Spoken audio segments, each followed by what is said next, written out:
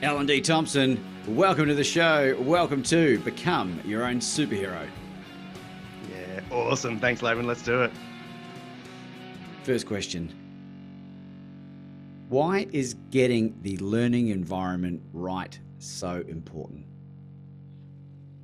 Man, what a first question. And I want to make the point that the learning environment doesn't mean school and it doesn't mean university. I had a little 10-year-old here in my home office with her mum on Saturday, so 2 days ago. And she was talking about how much she hates learning. She didn't mean learning.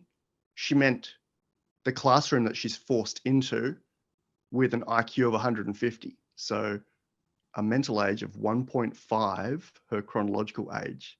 10-year-old, IQ of 150. She's 15 years old, being forced down into a classroom with 10-year-olds. It's the equivalent of a normal 10-year-old being forced down into pre-primary with 5-year-olds. One of my colleagues calls it emotional torture. So I'll think about this from an adult perspective instead. When we're looking at absorbing information and giving ourselves that dopamine hit or having that trigger from acquiring new knowledge, it's important to do that because we love it rather than because we're having to do it for work or we're having to find out about a particular set of research for someone else.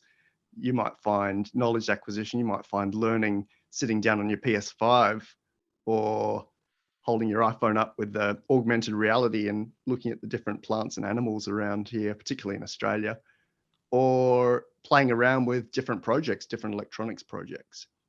And that environment, that making sure that it's interesting for you, exciting for you, that you're passionate about it, having the right people around for you and having the right resources, absolutely important and really easy. Was this young lady's name Doogie Howser, MD, by any chance? No, it wasn't Sheldon either. There are a lot of these. Like 150 IQ is the top 1%. And if you consider that maybe there are 3 or 4 million children here in Australia with our population of 25 million, 3 or 4 million aged between 0 and 10, just my guess. 1% of those is still pretty high. It's 30,000, 40,000 children floating around with a mental age that is way higher than their chronological age. And that's really interesting. What are some signs that a child might be gifted, but it's being confused with a learning disorder?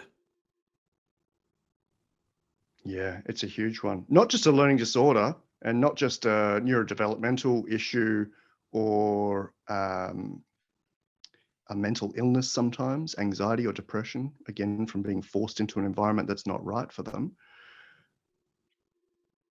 It can be hard to identify. It can be masked by this playing down, by this concept of, I'm in a really bad place. Here's some resolutions. And there are not many resolutions when you're 10 years old or 5 years old, except to act out or to have these different manifestations. And that can show up not so much as a learning difficulty or a neurological disorder, which are more chemical or more less conscious, less forced, but they can start bringing things into the world that are not quite right for them. An example I use in my yellow book called Bright is a young girl from Canberra, I think, who had memorized all the dinosaurs at age 2, was, had taught herself Latin a couple of years later. When she got into pre-primary, she saw all these kids that were just like, mama, dada. So she stopped, like she just shut everything down. She can't speak Latin with these guys. She can't talk about Tyrannosaurus Rex with these guys. So she forced herself to come down from, 10 out of 10 performance down to 1 out of 10 comparatively with these children. And I wonder how many adults do the same thing, either in the corporate environment, in relationships, or elsewhere.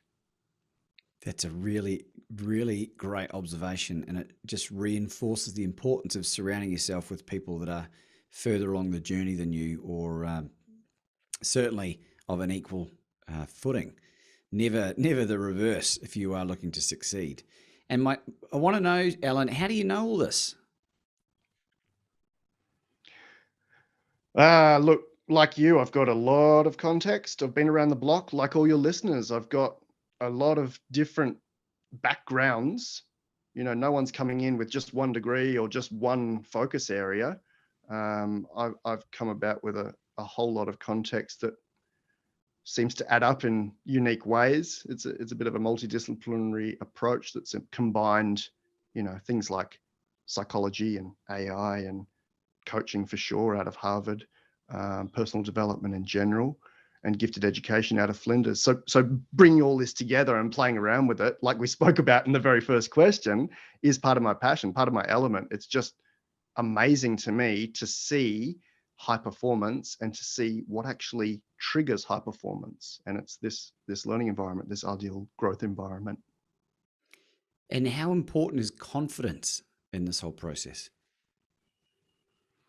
I love talking about confidence. I can have, again, a child that comes in with an IQ of 150 and they might be really withdrawn or they might be really closed up. They just like being within themselves. And I might have the flip of that child, the complete opposite of that child as the next client. And they might be literally bouncing off the walls. I've had that. I've had a client jump into my kitchen and start playing with the knives, which is probably not great for my insurance.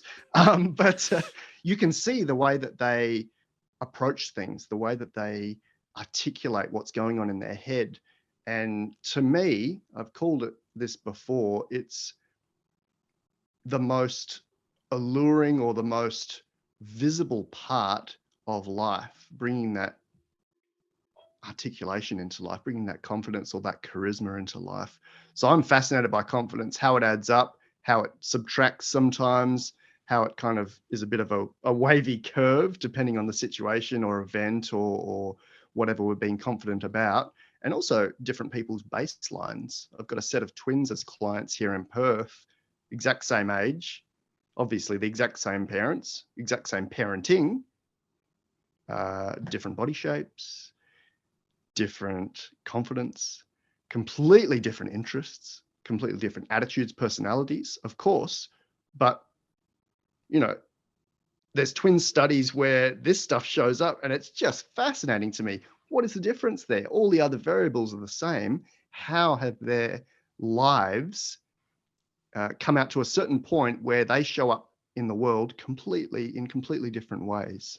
And I really just enjoy playing around with that, seeing if we can increase their baseline or allow them to be more open and address confidence indirectly. We can't go and tell a child be more confident, but we can allow them to understand more about their strengths or their values, why they're doing things, what's important to them, or their behavior or their attitude. We can play around with that and allow them to understand that they're powerful and they've got the agency to go and create things.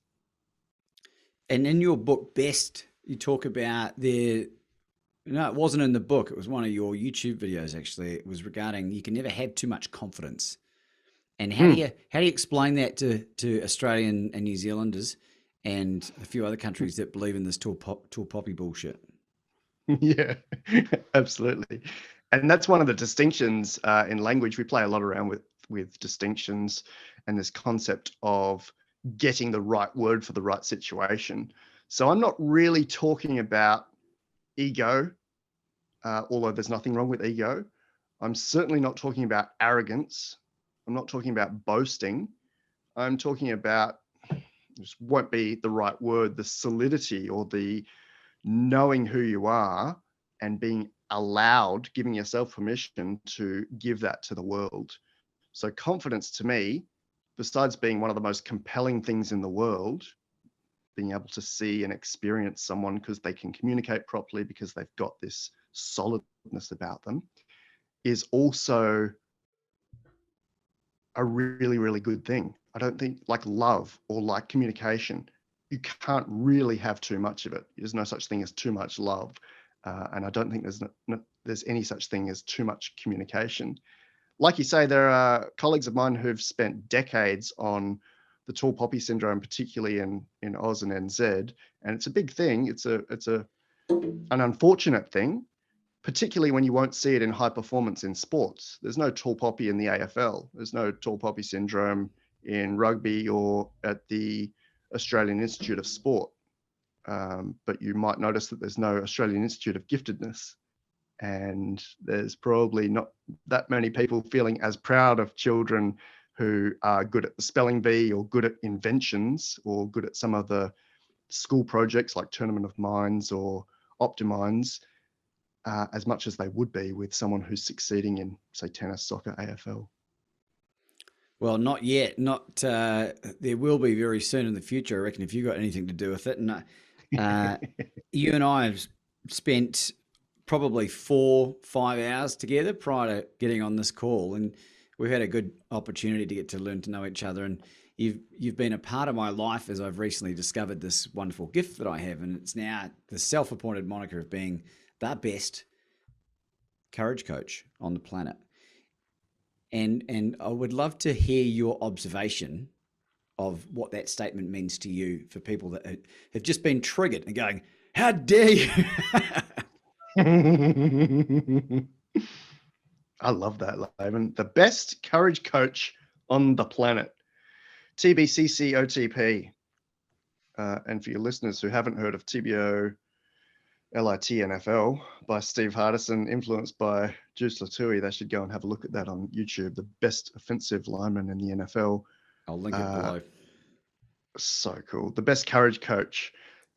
That's amazing. And Steve says something similar. Steve Hardison says something similar about you can be the best mother and you're not taking away anything from anyone else. You can be the best mother on the planet.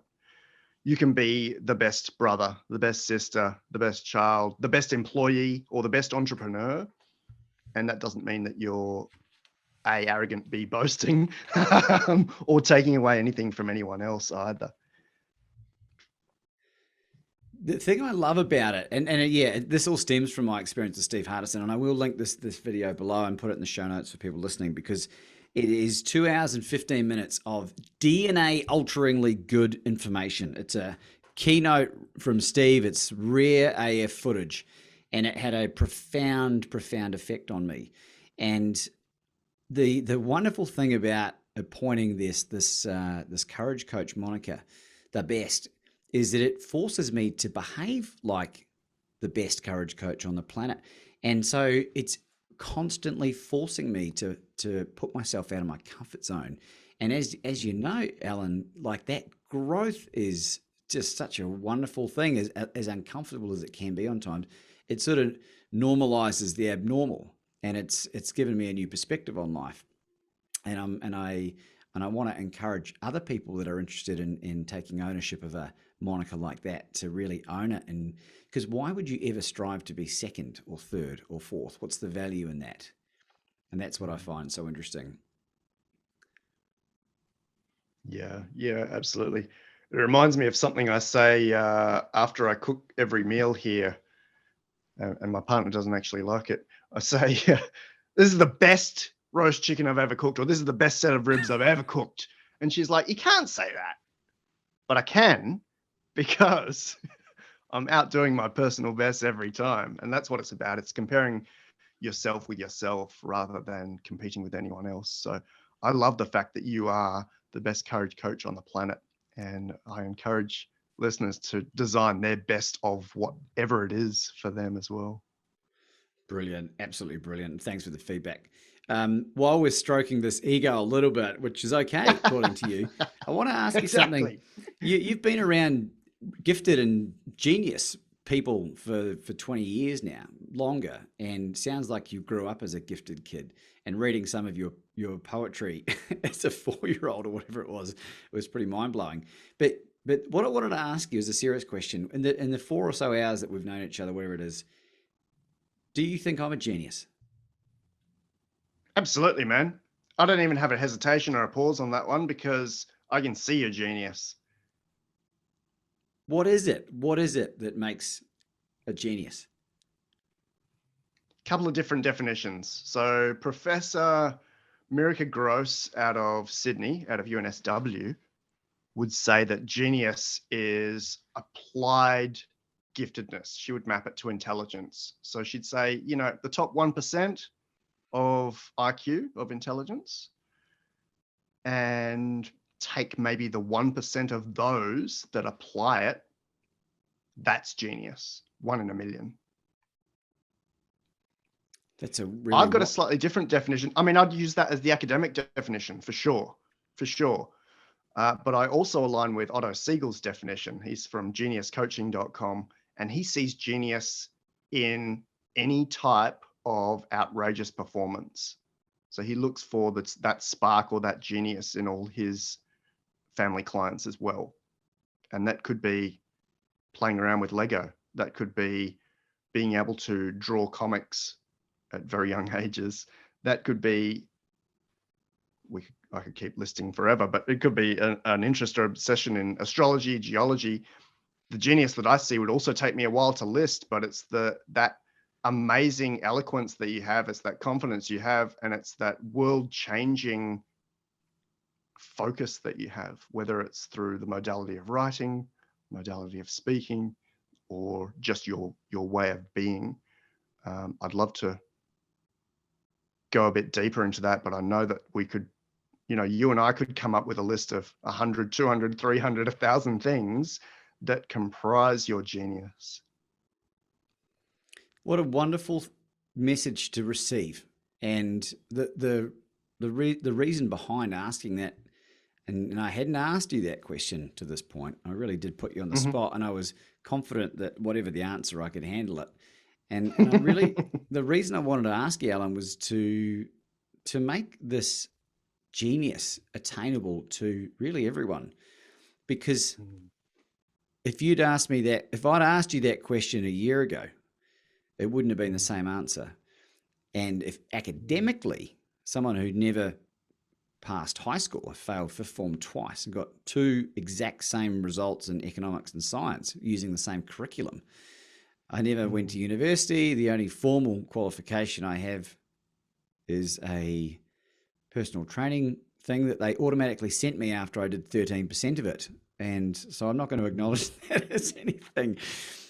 But you're right. Like, I feel where I'm at a point now where the knowledge that I've acquired through the huge amounts of growth that I've gone through and just trying to understand how the world operates, I feel very confident that I could talk to, and I have spoken to some of the smartest people on the planet and some really famous people. And it's like, well, hang on a second. There's not much difference between you or I. And that's a really powerful feeling. And if people could only understand that themselves, we'd be able to achieve way more in life. What are your thoughts on that? 100%. 100%. And it's not about, as you've mentioned, it's not about academics, it's not about performance in school. Look at geniuses like Steve Jobs or Mark Zuckerberg or some of the CEOs that dropped out at 10 years old. Year 10 or year 12. And then look at some of the big entrepreneurs. You don't have to look just in business. You might find them in philanthropy or in the spiritual world, or, you know, we don't often touch on some of the other cultures, but you would find particular geniuses in our Aboriginal culture here or the Maori culture in NZ. How do they define this high performance? And it might be in craft or cooking or leadership for some of those tribes. And they would have even more than that. That's just some of my research. What does that actually look like? And what would you like it to look like? What is exciting for you? And what feels like your level of peak performance? Yeah, it's a great question to ask yourself and try and come up with some answers. I really want to make this stuff more attainable to as many people as are willing to put themselves out there, because it's a really liberating feeling, and it's the levels of fulfillment that I'm experiencing in my life now with this self-assuredness that as I embark upon this, you know, what has been a scary experience up until relatively recently is just so wonderful. And a lot of that comes from eliminating negative self-talk about myself. And I've spoken about this a lot, and I catch people out all the time. If they allow me, I tell them to get a swear jar, and every time they say something self-deprecating, they got to put a buck in it. Like, fuck the swear jar, get the negative self-talk jar. And I want to ask you about the watermelon study, the watermelon seed study. Mm. That's it. That's the full question, is it? Here we go. The seed study, or the germination experiment, came about through a researcher called Dr. Lynn McTaggart. And she has a book called The Intention Experiment. I'm going to make sure you get that link so it's the right book, because I may be getting it confused with another book. This is a theoretical experiment that became a practical experiment that has easily replicable results. So you can go and try this at home. And it's as simple as this, Laban. Jump down to Bunnings if you're in Australia, or whatever the equivalent is in your country. Home Grab a pack Depot of in the seeds. US. Home Depot. Grab a pack of seeds. Watermelon will do. Something that grows pretty fast. Tomato would be good, I think. Don't do Something bamboo. small. Yeah, you get results eventually. 5 years later. Sorry, and very fast after the 5 years anyway. And well, in my case, I put it in some wet cotton wool in a bunch of containers. And the practical experiment, I'll describe the kind of overarching or scaffolding now. You grab, in my case, 3 containers: a control container, another control container, and an intention container. Each container has, say, a dozen seeds in it, just so we've got some spread of what's going on. The controls and the intention container all have to be in the same place, getting the same amount of sun or no sun, definitely the same amount of water, in the same environment. The only difference is with the intention container, every day we're sending it a particular intention. And in my experiment that I did as part of this research, it was to send the intention for the intention container seeds to grow 10 centimeters in 10 days. Now, I can put on my best ochre accent and go, yeah, nah, that's fucking bullshit. That's not going to work. Because why not, man? We've got negativity bias as a default in our heads. We love contradiction as a default in humanity. We love putting the black hat on, and even in tall poppy, we're like reducing the 10 centimeter growth down to 0 centimeters. But I thought I'll push all that out of the way. I'll put my white hat on and just give it a go, because even opposite results would show me something's happening, and no results, like if they all just did nothing, that would show me something as well, namely that it's bullshit. But I gave it 100%. I did the experiment for 10 days, sent the intention. These seeds are now growing 10 centimeters in 10 days, just to the intention container through thought alone, and measured the results all the way through. For those that are watching, I will share my document and we'll talk through it as well.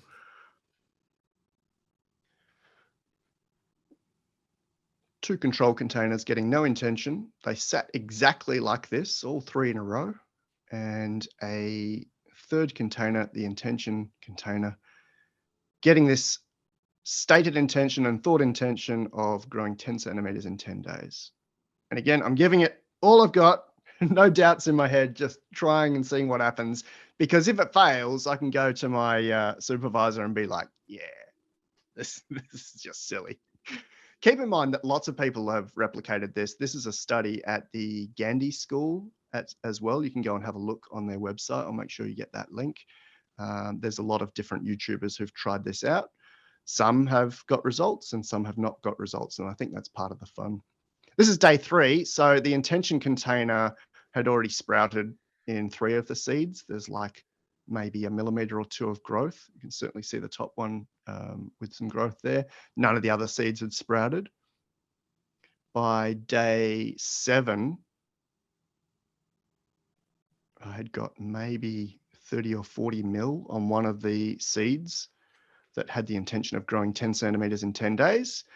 and nearly no other growth. Maybe one little bit of growth in control 2 there, but really strange. Remember, these are in the same environment, getting the exact same number of drops of water. I used an eyedropper to make sure it was all above board, and they're sitting in the exact same position. So they're not getting different weather or anything like that. Let's jump ahead to day 10. I've got a ruler in the intention bucket so you can see that 2 of the watermelon seeds grew exactly 10 centimeters in 10 days. And my control buckets, we could say, pretty much grew nothing. Now, I don't have an explanation for that. I put a pretty casual remark somewhere underneath that it was just, the results were just outrageous, and I have no explanation for them. Here's the actual maths behind it, the measurements behind it. A truly outrageous results. I don't have the words to explain it, and no conclusion. And we got a bit more academic than that. This is kind of almost like a journal version of it. But that's all I've got, mate. That's exactly what happened. That's the photos. I'd encourage viewers to try it themselves. Have a look at some of the results they've got at the Gundy School. Have a look at some of the other results, but also with this kind of thing, it's so easy to be skeptical. Give it a go. This costs you like $2 at Bunnings and maybe an hour of time across the 10 days. This is one of the most profound things I've ever come across. And when you told me this and showed me this the other day, it reaffirmed within me this power of the language that we use, good and bad. And I think it's a wonderful metaphor for what's happening in the world right now. There's a lot of divide happening everywhere with all kinds of stuff. And I'm sure people listening or watching have lost friends, have lost family. There has been, a lot of trauma involved with dealing with what's going on. And this little experiment has just it's given me a real appreciation for the power of just watching what I say. And I'm not perfect, far from it. I'm a deeply flawed individual. And that affirmation is not a negative thing in my mind at all. It's just an acknowledgement that we are, as humans, we have to be flawed in order to exist, really. And so I really thank you for sharing that, Alan. And we will post the links in that if people want to check it out, because it sounds a bit crazy, but it's pretty damn cool, right? Well, man, when you can see it in real life or see it in the photos, it's crazy. When you see it in real life, it's even crazier. And I was questioning my supervisor, like, how could this even be? How could this be? One of the more hilarious moments in our time together, Alan, was when I was reading your book, Best, a productive guide to living your best life. And there's a chapter on religion, and the entire section is intentionally left blank. What are your thoughts on religion and spirituality?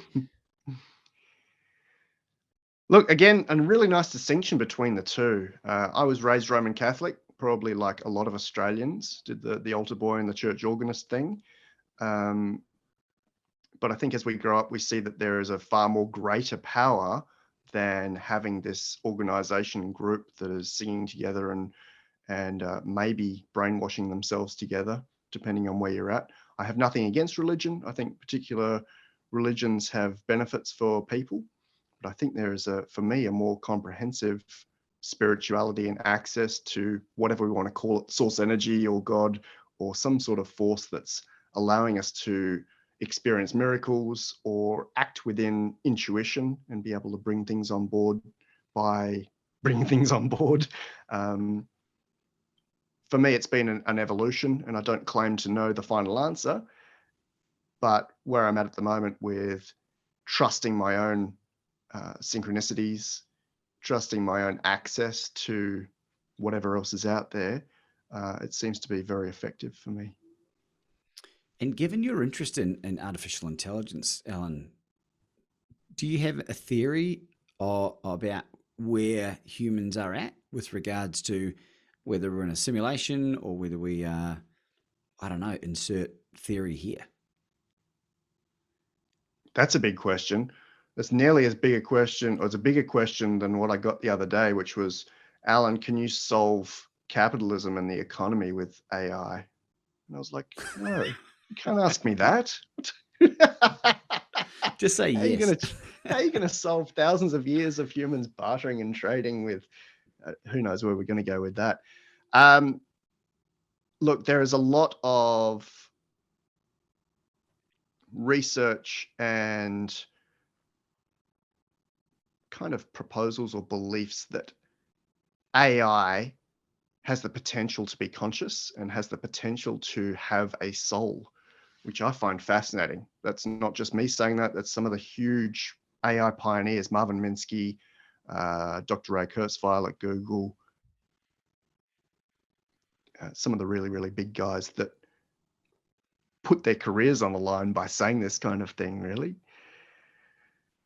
In answer to whether we live in a simulation or what something bigger than us might look like, I wonder if we'd get an answer to that through AI. I know that one of the questions that Elon Musk asked the GPT-3 language model last year, one of the first things he asked it was, what's beyond the simulation? Now, I think that's a bit silly, firstly, to ask to a language model, and secondly, to ask in general, because why wouldn't we just assume that this is it? This is the kind of the cap. If we were to say maybe we live in a simulation, that doesn't really answer anything for us because there's still someone above us running the simulation. So you've still got to answer the question for them and then the question for them, and then it never ends. So I think it's easier just to say, this is it. This is our playground. We're here on Earth to play. Some people are here to learn. Some people are here to be on vacation. Some people are here just to experience like you would at a water park. And that's it. That's the whole shebang. That's everything that's available to us, the good and the bad. AI may or may not help us solve or answer any questions we've got around it, but I certainly don't think it's going to give us any kind of godlike outcomes. Having said that, Eric Schmidt from Google just said the output from GPT-3 is miraculous. So it's causing miracles. So based on that feedback, what's your advice for people for which they should live their life? Man, I don't give advice on how people should live their life. It's not advice. It's just your thoughts. How you live your life. How I live my life, fairly well aligned with the very brief sentence that I just gave, that life is a playground. Life is a particular place that we've decided to come as souls, decided to come into these physical bodies and experience planet Earth in whatever context we've selected. Sometimes we've put ourselves in really challenging situations. Sometimes we put ourselves in amazing situations, and we get to experience that through our 80 or 90 years of life. And then we get to reset and play again if we'd like. It's as simple as that. But I don't profess to know the answer. This is just my experience of that. Do you have any favorite topics to talk about right at this moment in time? I like every topic we've talked about so far, man. Even the super big questions.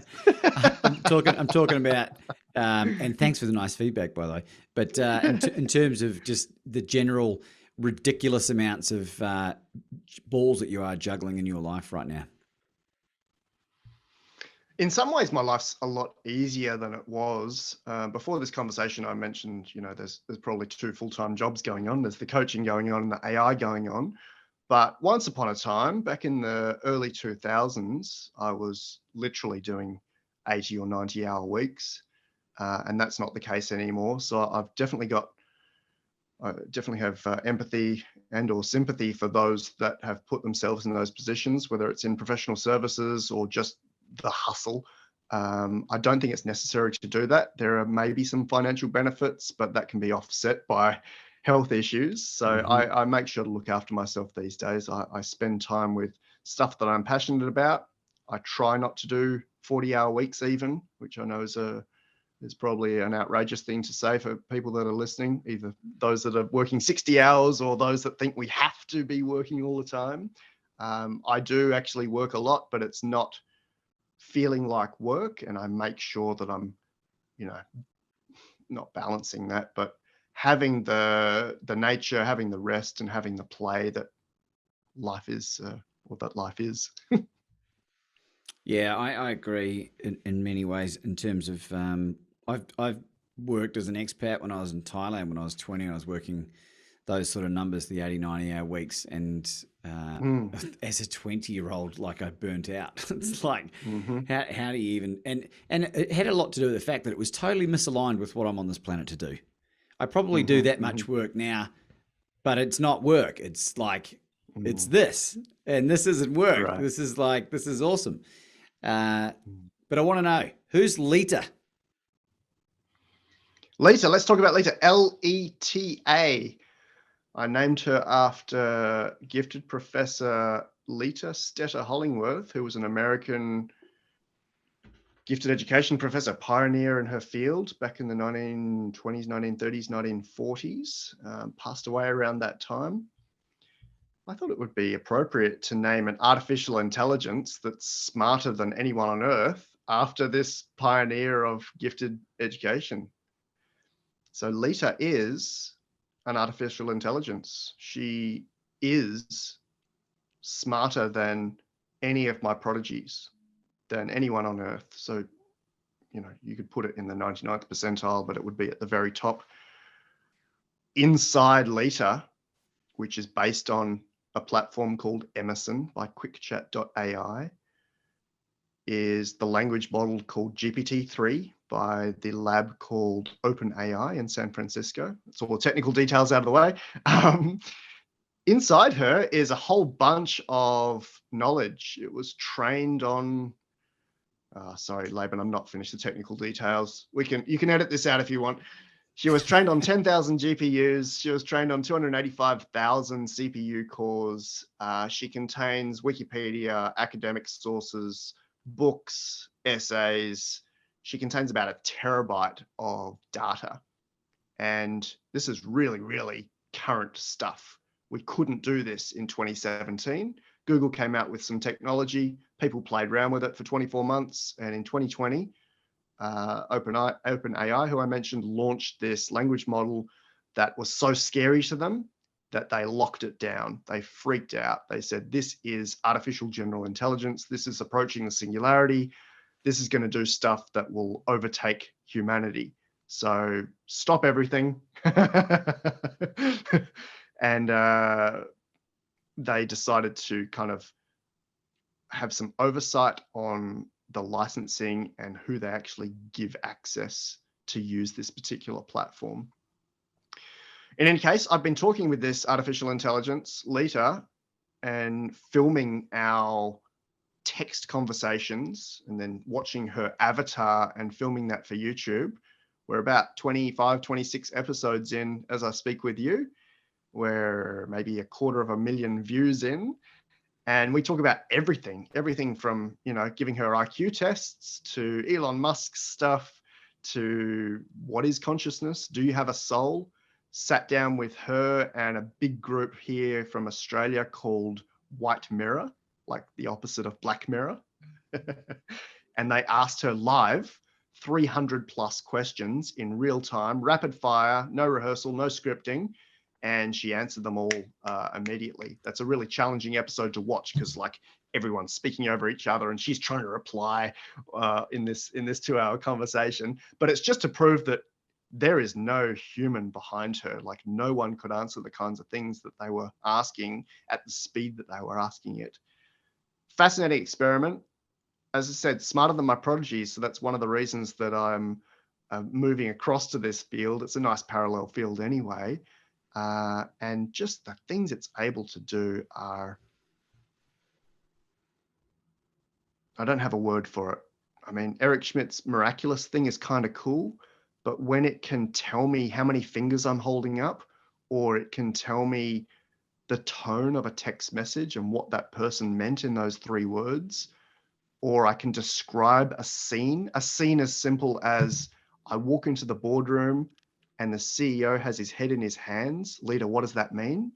And she says, maybe he's tired of his work. Maybe things aren't going well. Like, how is that possible? What's the word to describe the fact that you and I are alive and have access to this AI that is able to do that right now in 2021? How is that possible that we're here, and how is it possible that it's able to do that? Do you happen to have anything on hand that we could play? And for people that can't see this, they'll be able to hear it? Or is that if I put you under the bus there? Absolutely. No, you can splice that in for sure. I'll give you a clip for you to splice in. Because I think it has to be seen to be believed. I think maybe the best thing to do is for people to go to your YouTube channel, which is, what is your YouTube channel for those at home? I have just been asked this. I think it's Dr. Alan D. Thompson. Or if you just search Lita AI in Google, it'll be the top result.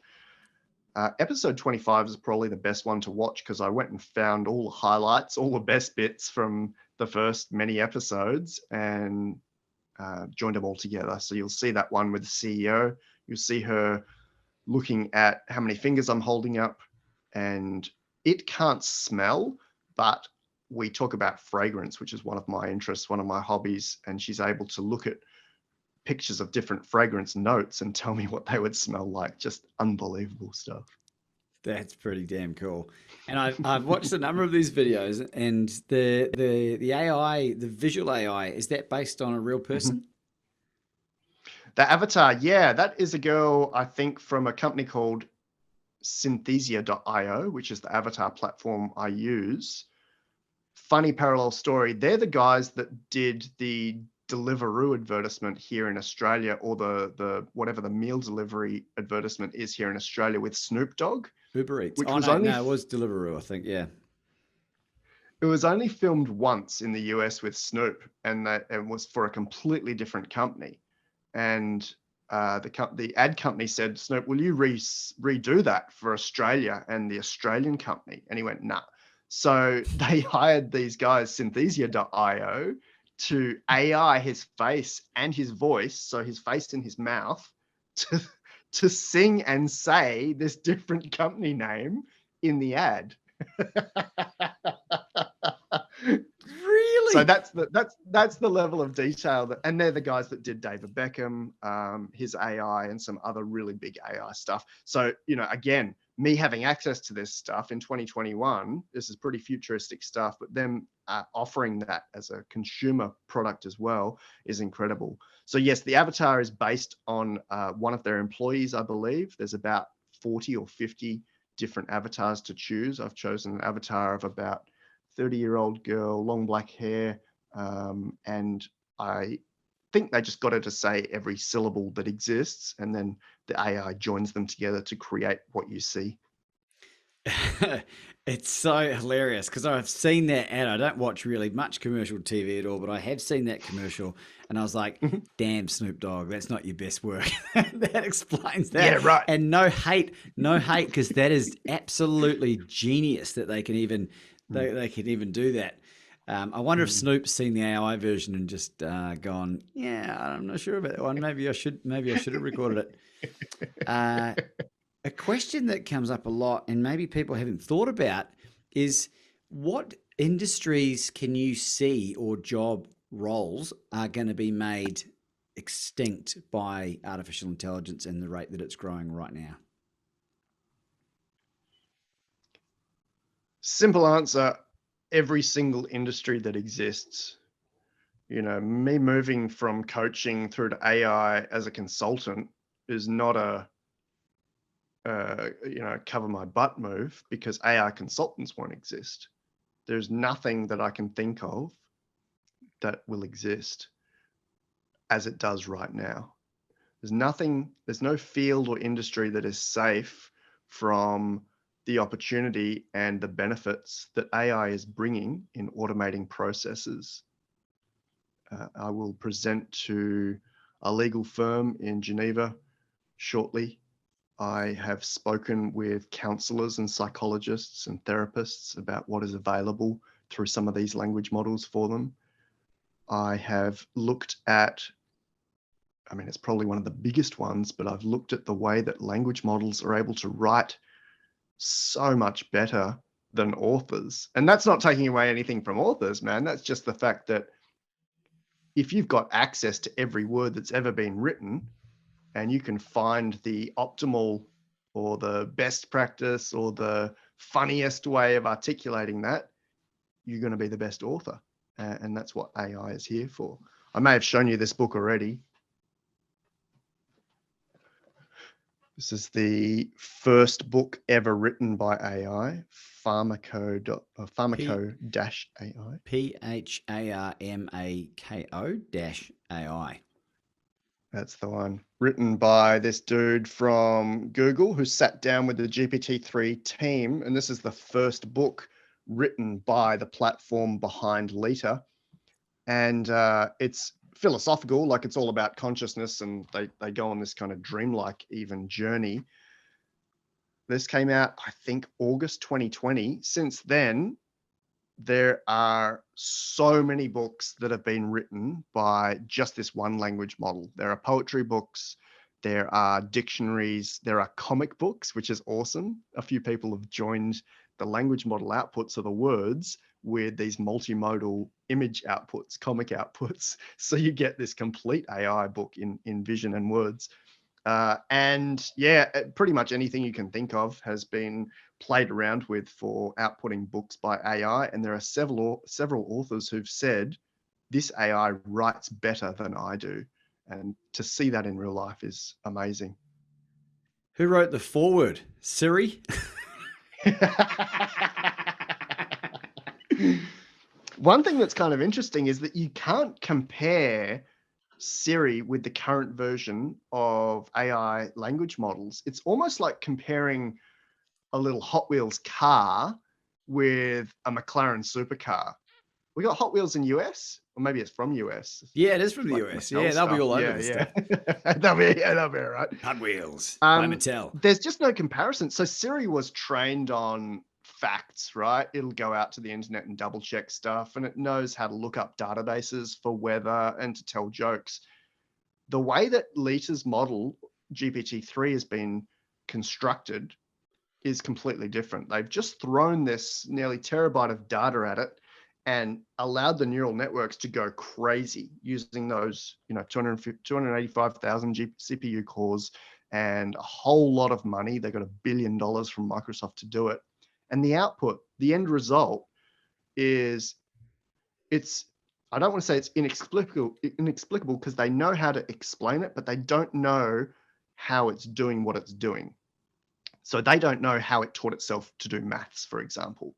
Inside the training data set is only 0.1% of the actual kind of arithmetic. So you'll find 1 + 1 in the data set. That actual piece of text is in there. You won't find 937 plus 737. That exact string is not, that exact piece of text isn't in there, yet the AI knows how to do arithmetic. No one taught it how to do arithmetic. It's not in its training data set. It went and found out what a plus sign is and what an equal sign is and what a number is and taught itself. Same thing with programming. It can program in Python. It can program in SQL. It can output all this different type of code, HTML code, and build what you want by you asking it rather than you having to be a software developer. And they don't know how it did that. All they know is that they spent a lot of money, were pretty smart with how they connected this neural network, but the end result is something that they can't really determine how it got there. So nothing like Siri. Sorry, it was the end of that sentence. Well, here's something that's just come to my mind, because you and I had a conversation last time we met, and I was asking you about the importance of the quality of the data, and it's possible that the AI would be learning stuff that's not actually true. I've had a further thought of that, and what I've come to realize, and this is maybe why I'm a genius, right, is because AI will eventually learn whatever that formulaic process is for the truth, whatever that natural rhythm is for the truth. So it will then be able to go and I hate to use this word, debunk all of the mistruths. And isn't that like a powerful statement to think about? Yeah, absolutely. And to look at an automated way of doing that. Some of the big AI labs are trying to do that in a manual way, and I don't think there's any value in trying to do any of this manually. They're trying to do, here's how you identify fake news, or here are the bad words that you should look out for. Massive, well, not a waste of time, but a very, very early step in its evolution. Because like you say, it will be able to determine what's cool and what's not. It'll be able to know that there was Nazi Germany. It's important for it to know that that existed. We don't want to eliminate or censor that. And it will also know that Nazi Germany was not so good. And then it'll know that there was an Anthony Robbins, and that might be more valuable in terms of context and in terms of truth. So yeah, I think certainly what some of the big labs are doing, Facebook AI, Allen AI out of the US. No relation. OpenAI. No, that one's Paul Allen, Allen, no relation. Some of those guys are doing some really exciting stuff, and the more that they automate that and the more that it evolves, and it's evolving very, very quickly, I think we'll see some of the best of humanity coming out of it. Yeah, and that's one thing that strikes me about you, Alan. You're very, very optimistic for the future of AI and the neural link. That's this type of thing as well. And do you happen to know roughly when Singularity is due to happen? Because I heard it was about 100 years from now. What a question. And I suppose, can you explain what Singularity is? Because there'll be a lot of people that don't know, because I only learned about it recently. Yeah, cool. I'm not a big fan of buzzwords, and the singularity is a buzzword. In the simplest, plainest English, singularity is the point in time when AI will be smarter than all of humanity and will be making its own decisions. So, and Hollywood hasn't been great to us here, but picture something like HAL, or picture a good and benevolent version of HAL. I reckon that's really close. I don't like making predictions. A lot of people have pulled their predictions back. So Ray Kurzweil said 2045, and he's one of the best people to listen to in the world. That's more than 20 years away. Elon Musk has just changed his prediction, probably because he was one of the founders of OpenAI and he saw what happened last year with this GPT-3 model. Elon is predicting 2025. So, 40 months away. I think he's far closer to the truth. I think this is around the corner. This is not 5 or 10 years away. This is measured in months, and I'm excited about it. What does this mean for humanity? All the good stuff, man. Like, it's so easy to go, oh, I watched some movies and that robot in Ex Machina was scary, or Hal was scary. But that's not reality. Have a look at some of the things that AI has already been doing. So I mentioned Eric Schmidt earlier in this conversation. In his new book, he talks about an AI that was given all the different chemical compounds that exist in medicine and all the different antibiotics that we've already got that we're developing immunity to. And the AI took these hundreds of millions of compounds, went crazy with it, and created a new antibiotic that had never been seen before, is currently in trials, is essentially solving a facet of medicine and of health that humans have not been able to solve. I see it doing the same thing for all of our big challenges. What about world hunger? What about poverty? What about leisure in general, particularly when we bring in VR to it? What about climate change, for those that want to talk about climate change? All of these things are possible, and some of them are already underway with solutions being brought to life by AI. So I see more and more of that happening really, really quickly. Again, not in 5 or 10 years. Some of this stuff's happening today. Some of this stuff has already happened. The antibiotics, the use of AI in various fields where it's even helping develop its own hardware, like developing its own AI chips to make itself smarter and more efficient. It's so interesting to think about, and now that you've made it way more real than what I even thought, from 100 years to like a couple. What can people do to prepare themselves for this inevitable change? Another big question, Laban. You're pulling out the big ones.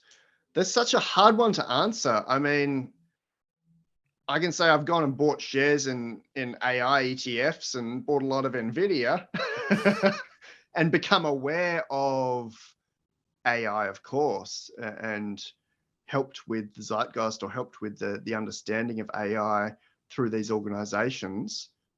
I think just being ahead of the curve and being able to know that this is coming can be valuable. There's no real downside because AI will solve any concerns we've got with, oh, they took our jobs, like the South Park quote.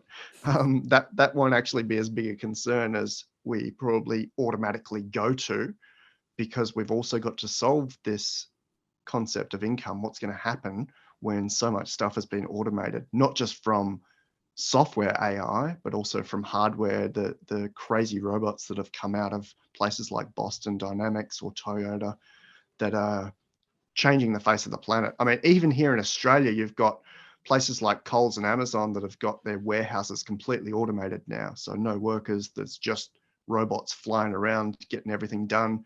And again, I only see that as a good thing. I only see that as a benefit to allowing these humans to have a better life rather than running around a factory. They've got an opportunity to go and play with something else.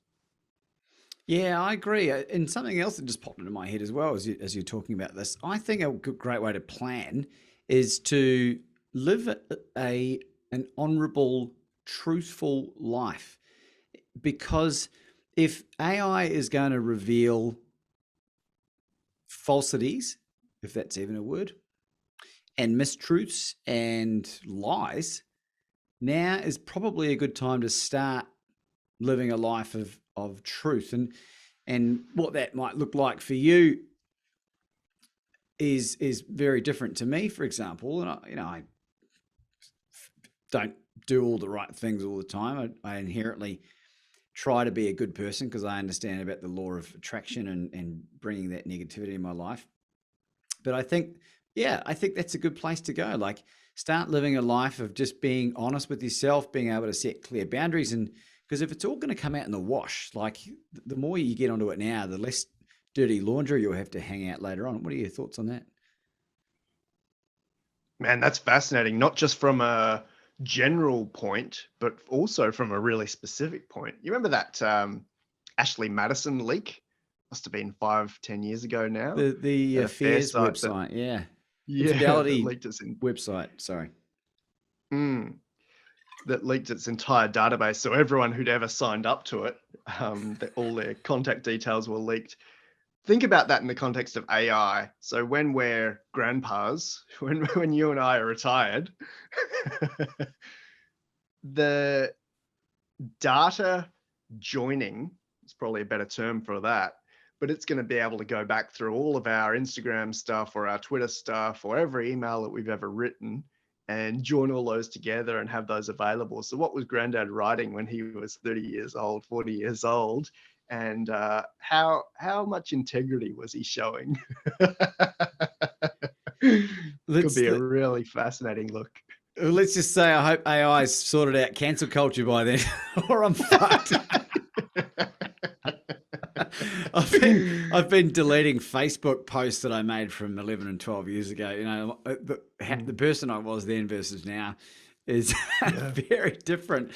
This is one of the most thought-provoking conversations I reckon I've ever had, Alan, because it's forced me to really reflect at a lot of areas of my life. And I am excited to know, because I want to know the truth. And I talk about this a lot. I want to know the truth so I can make an informed decision. And if a computer program is going to become so super intelligent that it can work out all the wheat from the chaff, that to me is powerful.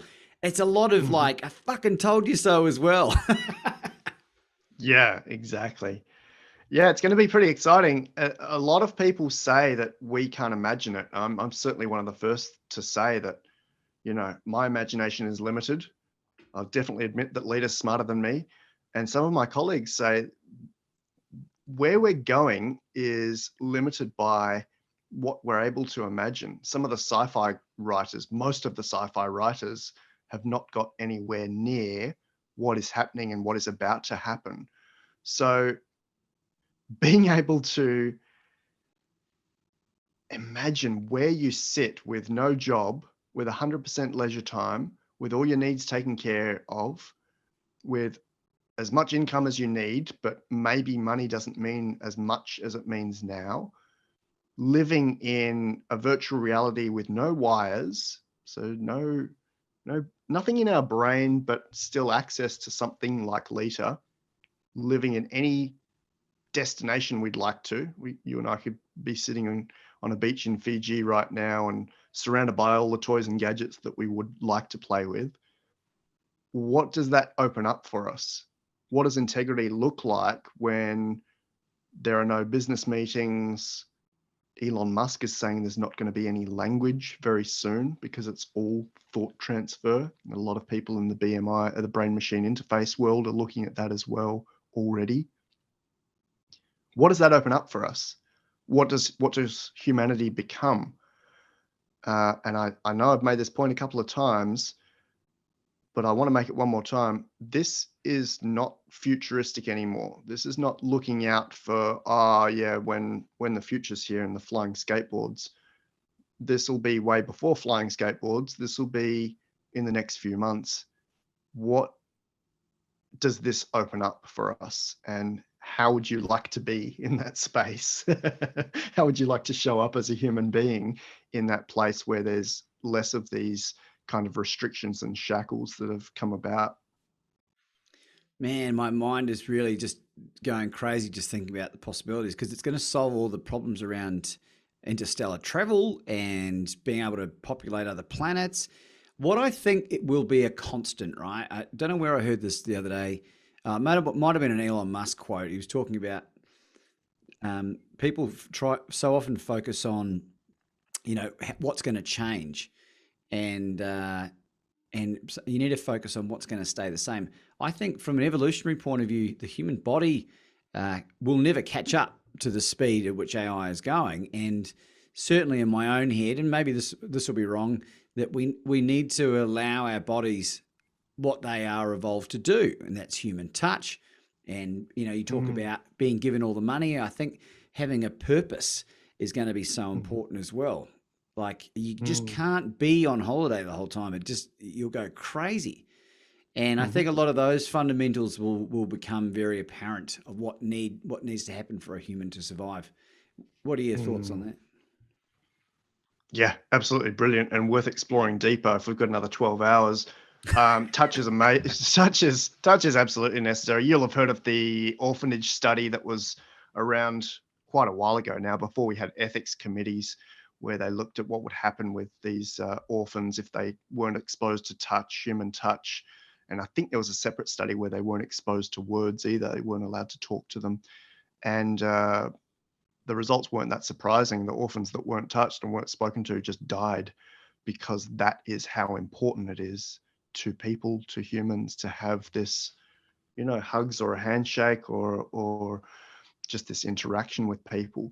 So you're right there, and I wonder how that's going to translate in the world of VR.